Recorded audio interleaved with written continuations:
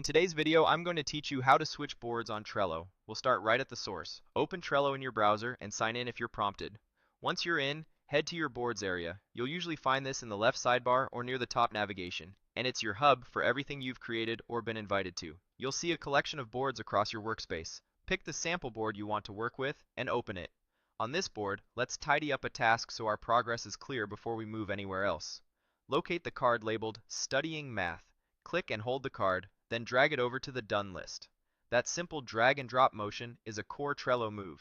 It updates the card's status without extra menus and keeps your workflow visual and fast. After the card is in Done, look for a Mark Complete option on the card or through an action provided by your setup. Click Mark Complete to finalize that work item. Depending on how your board is configured, this might add a label, change the due date state, or trigger an automation. The important part is that the card now clearly reflects that it's finished. Now let's move to a different board. Open the board switcher. This is Trello's quick way to jump around without going back to the home screen.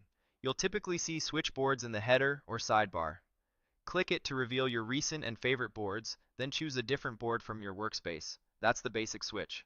On the next board, use Mark Complete on the relevant task so your tracking is consistent across projects. Then find the card titled Studying and drag it to the Done list as well. Keeping your lists and completion status in sync makes switching boards less disorienting because you'll always land in a clean, up-to-date view. Open switch boards again and navigate back to your sample board. This back and forth is exactly what the switcher is designed for. Quick movement that keeps you in the flow. Once you're back, open the switchboards panel one more time to explore a few features that make it even faster to find what you need. First, tap into the search bar at the top of the switcher. Start typing the name of the board you want. The results will filter instantly, so you can jump straight there without scrolling. If you manage a lot of boards, this search saves a ton of time. Next, try changing how boards are displayed in the switcher. Switch to list view for a compact, scroll-friendly layout. Then toggle to grid view if you prefer a more visual, card-like arrangement. Use whichever view helps you scan and select boards the quickest. If you're bouncing between boards frequently, pin the switcher as a sidebar. This keeps it visible alongside your current board so you can jump at any moment with a single click. When you want more space to focus, unpin the switcher to collapse it back to its default so your board has the full screen again. From the sidebar, click into your Trello workspace to see the broader context of your projects, including all boards you can access.